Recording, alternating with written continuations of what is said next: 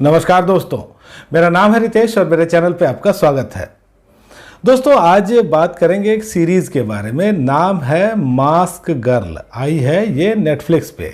ये एक Korean series है लेकिन हिंदी में भी आप इसको देख सकते हैं। इसके क्रिएटर हैं किम यंग हुन। दोस्तों रिव्यू की शुरुआत करने से पहले एक रिक्वेस्ट आपसे कि यदि आपने अब तक मेरे चैनल को सब्सक्राइब नहीं किया है तो ज़रूर ही कर लीजिएगा, क्योंकि वेब सीरीज़ और मूवीज़ के रिव्यू के साथ साथ आपको यहाँ मिलती है ओटीटी की दुनिया की हर जानकारी। शुरुआत करेंगे स्टोरी लाइन से और हम देखते हैं एक लड़की को जिसका नाम है किम मो मी। और ये लड़की एक ऑफिस में काम करती है, अकाउंटेंट है। इसकी जो शक्ल सूरत है वो साधारण ही है और इसके मन में अपनी खूबसूरती को लेकर के एक कुंठा भी घर कर गई है। बचपन से ही लोग इसको बदसूरत कह के बुलाते रहे हैं और इसको ये लगता है कि कोई भी अब इसको पसंद नहीं करेगा। हालांकि बचपन से इसका सपना था कि वो एक सेलिब्रिटी बने, एक स्टार बने, लेकिन बीते वक्त के साथ उसने अपनी खूबसूरती को कम मानते हुए अपने सपनों से समझौता कर लिया, उसको एक तरफ रख दिया और काम धंधे में लग गई। लेकिन बाद में उसने फिर एक अलग ही राह निकाली। ऑनलाइन मंच पर जा करके वो लोगों को एंटरटेन करने लगी, उसके फ़ैन फॉलोइंग उसकी बढ़ने लगी, उसको मज़ा भी आने लगा। लेकिन बाद में कुछ चेन ऑफ इवेंट्स ऐसा होता है और कुछ मर्डर्स भी हो जाते हैं जिसमें ये फंसती है और फिर कैसे क्या होता है यही कहानी आप इस सीरीज़ में देखते हैं। दोस्तों इस सीरीज़ की जो कहानी है वो अच्छी है और यहाँ एक इशू जो उठाया गया है वो कोरिया के लिए तो है ही, हमारे लिए भी काफ़ी इम्पोर्टेंट इशू है और ये इशू है शक्ल सूरत की खूबसूरती।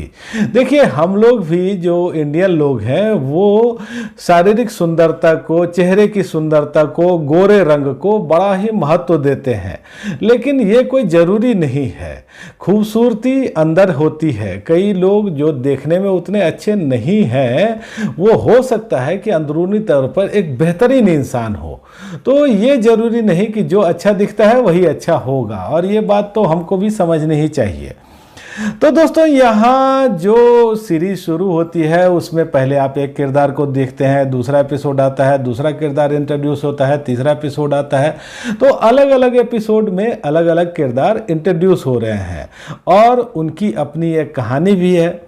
कुछ घटनाएं जो हो रही हैं उनको लेकर के उनका अपना एक नज़रिया भी है और फिर उनका अपना एक उद्देश्य भी होता है और ये सब जो किरदारों की कहानी है वो आपस में जुड़ी हुई है, आपस में घुली मिली है। तो ये सब देखना हमको अच्छा लगता है। और यहाँ देखिए दोस्तों, यहाँ थोड़े इमोशन भी है, हार्ट ब्रेक भी है, यहाँ बदला भी है, खून है और यहाँ हमको प्लास्टिक सर्जरी भी दिखती है कि कोई भी व्यक्ति यहाँ प्लास्टिक सर्जरी करके अपना रूप रंग बदल लेता है, लेकिन जो अपना काम है वो करता रहता है और ये चीज़ कई किरदारों के साथ होती है। तो ये देखना थोड़ा सा अजीब तो लगता है कि यहाँ जिसको देखो वो प्लास्टिक सर्जरी करके अपना रूप बदल लेता है और जो हमारा मुख्य किरदार है वो 3 बार अपना चेहरा बदलता है। तो कई बार हमको ये थोड़ा कंफ्यूज भी करता है। और इस सीरीज़ की जो शुरुआत है वो बेहतरीन है। शुरू के जो 2-3 एपिसोड्स हैं वो कमाल के हैं। उसमें आपको साइकोलॉजी भी दिखती है, उसमें क्राइम भी है, उसमें पैशन दिखता है। लेकिन बाद के एपिसोड में जब ये कहानी आगे बढ़ती है तो कुछ चीज़ें यहाँ फ्लैट होने लगती हैं। देखिए ट्विस्ट और टर्न है, सरप्राइजेज हैं, लेकिन ये जो कहानी है फिर एक रिवेंज की ही कहानी बन जाती है जिसमें कि हमको थोड़ा मेलोड्रामा भी देखने को मिलता है। और बाद के एपिसोड्स में हम देखते हैं कि कहानी थोड़ी खींची हुई भी लगती है, कुछ दृश्य हैं जो थोड़े हमको लंबे लगते हैं। लेकिन ओवरऑल ये जो है एक एंटरटेनिंग सीरीज है, एक एंगेजिंग सीरीज है। यहाँ शुरू से लेकर लास्ट तक कुछ ना कुछ हो रहा है जो कि हमको इस सीरीज से, इस कहानी से बांधे हुए रखता है। और दोस्तों यहाँ जो भी कलाकार हैं वो अपनी जगह ठीक है, तकनीकी तौर पे भी ये सीरीज ठीक कही जा सकती है। इसमें 7 एपिसोड आए हैं और एपिसोड लंबे हैं, 50 से लेकर के 64 मिनट के आसपास है। यहाँ 7 में से 4 एपिसोड ऐसे हैं जो 1 घंटे से अधिक के हैं, तो इसको देखने में आपका बहुत वक्त लगने वाला है।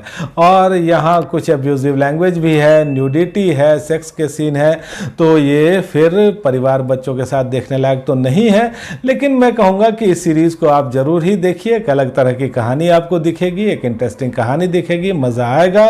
मुझे भी मज़ा आया और मेरी रेटिंग है 5 में से 3.5 की।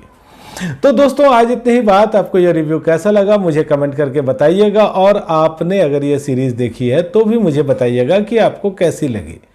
धन्यवाद।